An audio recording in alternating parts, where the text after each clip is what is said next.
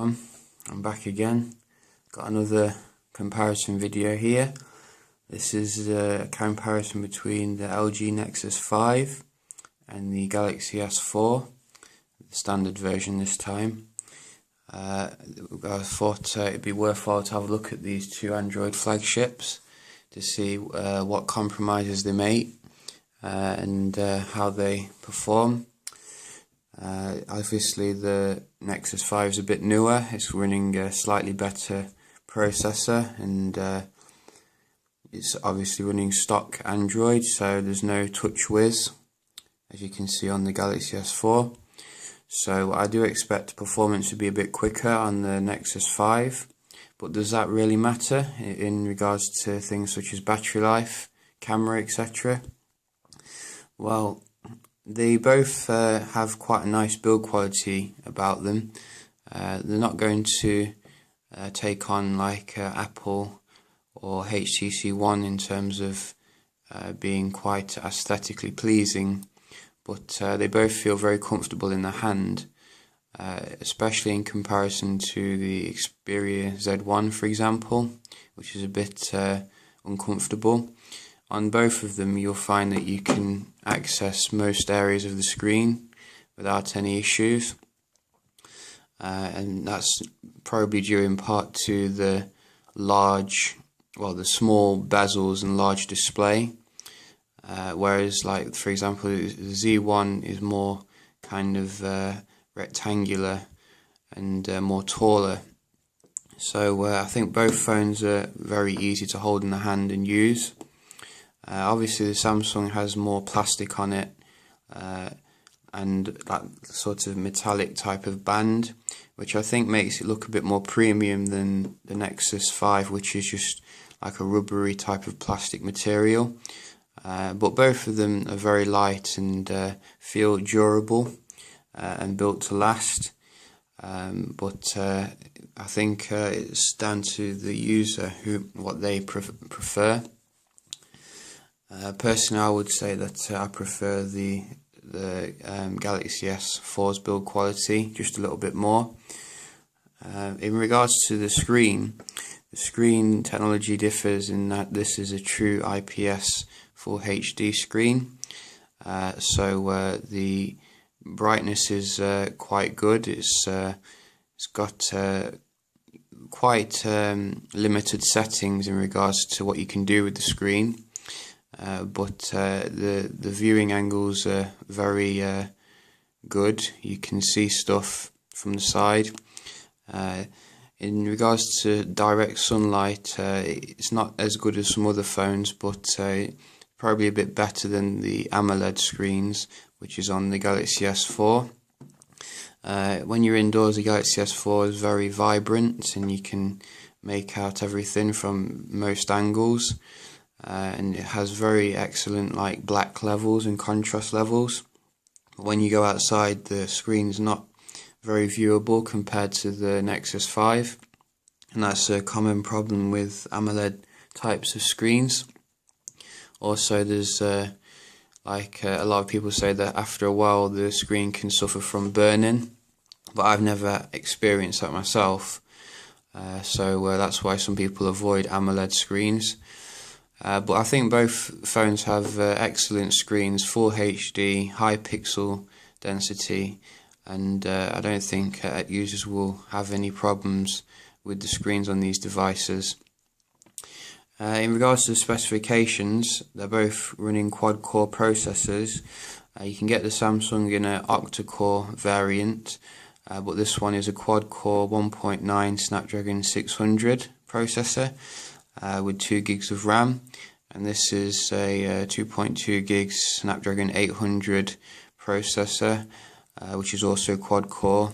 So the processor in the Nexus 5 is a bit more modern, and that is reflected in terms of its speed, coupled with the very minimalistic interface. It feels a lot faster than the Samsung Galaxy S4. And that is also reflected in like browsing. If I just show you, going to my favorite website to test, It's hard to type in this angle.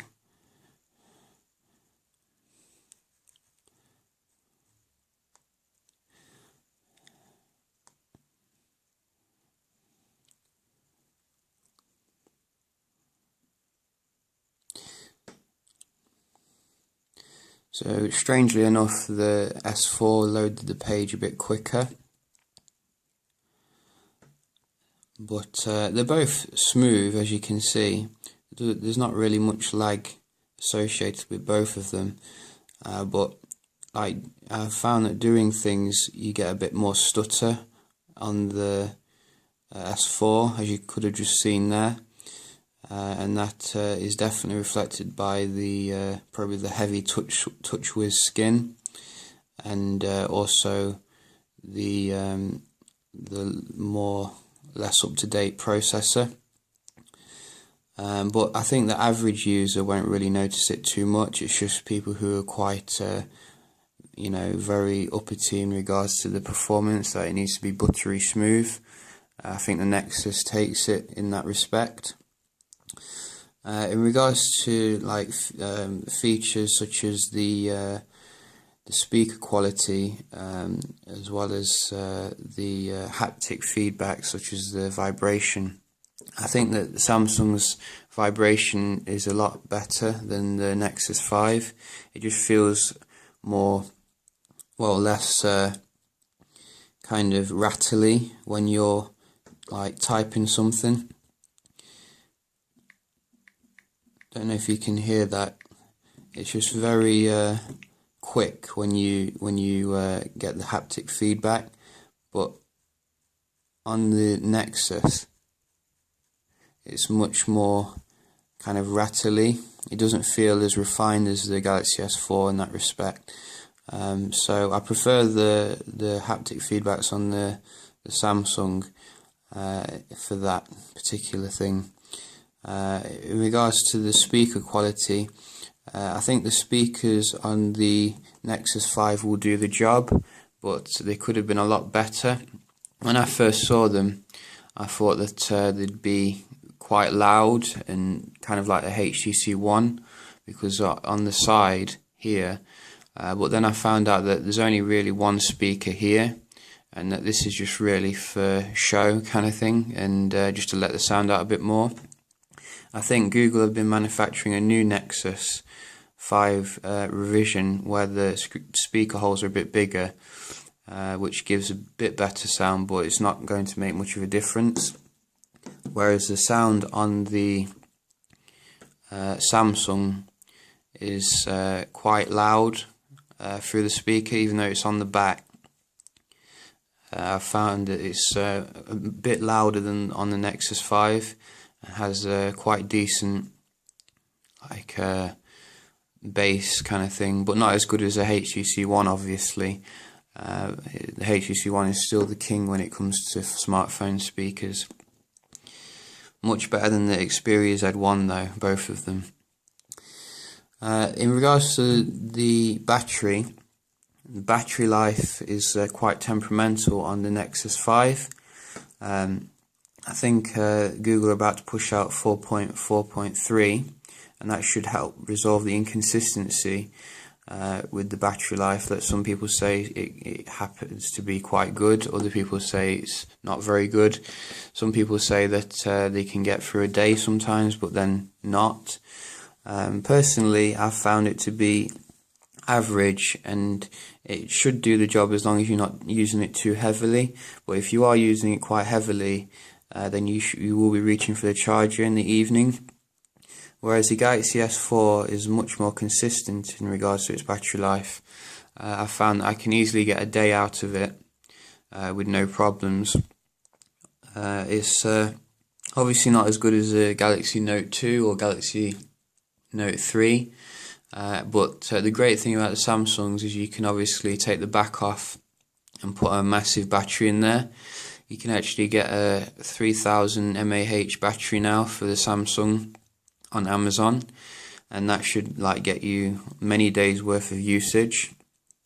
So the removable battery is always a pro with Samsung phones, and I think that the Samsung is better in that respect. In regards to cameras, the Nexus 5 has an 8 megapixel camera, which has optical image stabilization. It is quite a basic interface. It'll let you do some settings such as lens blur, as well as like panorama, photosphere, etc. But the camera has gone through some updates and is a lot better than it used to be. I found that I could take very well detailed pictures both in low light and in regular light with the Nexus 5, so I think you're definitely getting value for money in regards to the camera. The Galaxy S4 has a lot more features with its camera. It comes with all sorts of preset scene modes, such as beauty face, night mode, which increases the light. So you're going to get more options on the Galaxy S4. In addition, it's got a higher megapixel count of 13 megapixels as opposed to 8 megapixels. So zoomed in pictures will have more detail. But I found that nighttime shots aren't so good on the Galaxy S4. They seem to be a bit more blurry than the Nexus 5. So if you take a lot of night shots, then the Nexus 5 is probably a better choice for that. But both have good cameras for Android, and I don't think anyone will be particularly disappointed with the performance of the cameras now as they are. In regards to connectivity, they both have 4G, NFC, they both have the latest Bluetooth, so there's no issues there. I did find that for some reason I still can't connect to 3's 4G network on the LG Nexus 5, but I could on the Samsung Galaxy S4. I think that's probably more of a 3 thing, but that's just something to be aware of if you're buying it from Google Play. It probably won't connect to 3 4G. So yeah, I think that about covers it. Oh, and the final thing is storage as well is limited on the Nexus 5. You can either get a 32GB model or a 16GB model, which should be sufficient for most users, but it would be nice if they put a micro SD in there for a bit of expandability. And because there's no bloatware on the Nexus 5, you will find that you get more storage with the 16GB model as opposed to on the S4, which also has 16GB storage. But when you actually go into the settings and look at the storage, you'll find that even though I've got virtually nothing on this device of my own, I've only got like 8GB storage, and that's because of the Samsung bloatware, which obviously you get all sorts of Samsung apps which I would never use really. I've got all sorts of stuff on the Nexus 5, and as you can see, I've still got more available storage. So that's something to be aware of really, that Samsung does come with a lot of bloatware, and that does take up some of the storage. However, it is expandable by micro SD. Samsung's very good in regards to letting you expand the storage of its devices. Finally, there's the software question. The software obviously is stock on the Nexus 5, and you're running TouchWiz on the Samsung. TouchWiz gets a bad rap, I think, from a lot of people, saying it's bloated and lots of features and gimmicks, but personally I like the value-added features which are useful, such as the remote, the IR blaster, and like the battery power saving modes and things like that. But it's up to the user. If they like their clean, stock experience, then the Nexus 5 is definitely the way to go. And obviously it improves the performance because there's not much taking up resources as opposed to the Samsung. So they both have their strengths and weaknesses. I think the Samsung S4 is coming down in price now, so it's really a tie-up really between what you value. If you like your quick updates and you like a slightly cheaper price and just decent performance all around, then the Nexus 5 is a great choice. But I think for the power user who needs like expandable storage and battery, the S4 is still probably a slightly better choice for the time being. Whether it will be like that in a year's time, it depends on if Samsung keeps the software up to date. But they're both excellent phones and you can't go wrong with either of them really. So yeah, this has been a review or a comparison review of the Nexus 5 against the Galaxy S4. I hope you enjoyed it. Cheers!